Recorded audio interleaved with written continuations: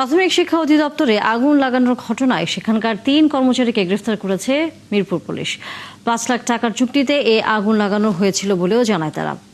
শনিবার সন্ধ্যায় মিরপুর বিভাগের উপ পুলিশ কমিশনার মোস্তাক সরকার এক সংবাদ সম্মেলনে বলেন, কার্যালয়ের নিজস্ব কর্মচারীরাই এই ঘটনায় জড়িত। এদের ভেতর অধিদপ্তরের স্টোর কিপার আসমাউল ইসলাম বোরকা পরে শুক্রবার ভোরে স্টোর রুমে আগুন দেয়। এ সময় রুমে থাকা 735টি ল্যাপটপের মধ্যে পুড়ে যায় 202টি। উধাও হয় আরও 83টি ল্যাপটপ। আসমাউলের সাথে জড়িত আরও 2 কর্মচারীকে পুলিশ এরই মধ্যে গ্রেফতার করেছে। এছাড়া হৃদয় নামে আরও একজনের সম্পৃক্ততা আছে উল্লেখ করে পুলিশ বলে, তাকেও গ্রেফতারের অভিযান চলছে।